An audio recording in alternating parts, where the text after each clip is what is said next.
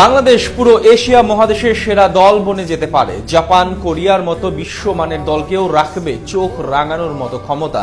কথাটা শুনতে ঘোর লাগলেও বাস্তবতা যেন এমনটাই। কেননা পৃথিবীর বিভিন্ন লিগের আনাচে কানাচে এত প্রবাসী তারকা ফুটবলার যে যাদের সবাইকে যদি বাফুফে আনতে পারে, তবে বাংলাদেশ হয়ে উঠবে এশিয়ার সেরা দলের একটা।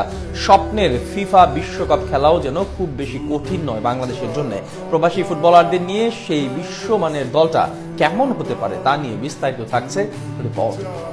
বাংলাদেশ ফুটবলকে পথিক হয়ে পথ চেনাচ্ছেন একজন হামজা দেওয়ান চৌধুরী। বাংলাদেশ ফুটবলের এই স্বপ্ন সারথী লাল সবুজের হয়ে মাঠে নামার ঘোষণা আসার পর থেকেই দেশের ফুটবল পাগল সমর্থকরা এখন স্বপ্ন বনে আবারও দক্ষিণ এশিয়ার শ্রেষ্ঠত্বের সিংহাসনে আরো একবার আহরণ করবে বাংলাদেশ ফুটবল দল। না, শুধু দক্ষিণ এশিয়াই নয়, বরং বাংলাদেশ ফুটবল প্রেমীরা চাইলে স্বপ্ন বুনতেই পারে এশিয়া জয়ের। বাংলাদেশের জন্মলগ্ন থেকে যে ফিফা বিশ্বকাপ খেলার স্বপ্ন দেখে, সে স্বপ্ন বাস্তবতার আলো দেখা সম্ভব। কি কথাটা শুনে মনে হচ্ছে পাগলের প্রলাপ? আপনার এমনটা মনে হলেও বাস্তবতা তাই। কেননা বিশ্বের বিভিন্ন দেশে যেসব বাংলাদেশি ফুটবলার রয়েছে তাদের সবাইকে যদি এক সুতোয় গাঁথা যায়, তবে এশিয়া জয় কিংবা বিশ্বকাপ খেলা অসম্ভব কিছু নয়। চলুন বাংলাদেশি বংশভূত বিভিন্ন দেশের লিগ মাতিয়ে দিয়া ফুটবলারদের নিয়ে একটু আলোচনা করা যাক। প্রথমে দেখা যাক সুলিভান ব্রাদারদের, কাভান সুলিভান এবং কুইন সুলিভান। কাভান সুলিভানের মাত্র 14 বছর বয়সে অভিষেক হয়েছিল মেজর লিগে।